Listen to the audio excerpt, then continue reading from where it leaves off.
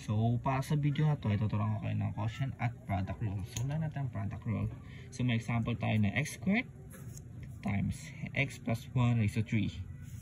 Hanapin muna natin ang v, which is x squared. So, ito na yon. Lagyan lang natin siya. At ang u prime na derivatives nito. So, 2 times 1 since may visible siya ng 1. So, 2.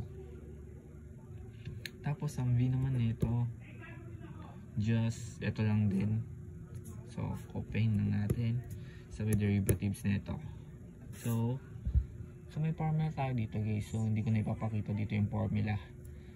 So, x squared 3 times x plus 1 squared plus x plus 1 cube times 2x. So, ibababa lang natin to. Minus 1 x, copy to, and raised to 2 times 3. So, ipapasok lang dito. Tapos x plus 1 cube.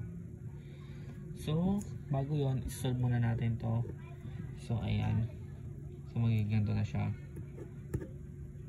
So, sasagutan lang natin to. 3. Combine line terms muna pala. Combine line terms. So, ito na yung magiging sagot niya. So, ganun lang kadali. Punta naman tayo sa quotient rule. So, kita nyo naman, mahaba siya, pero madali lang siya. Ganun lang din hanapin na natin ito. So, naturo ko naman na kanina. Then, combine line terms. Arrange natin siya. So,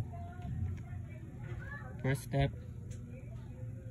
pagsasamahin natin to. 3x cubed, 3x squared, bring down x minus 2 raised to 2.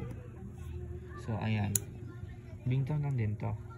So, ma-minus natin to sa 3, 1. So, magiging 3 cube na siya.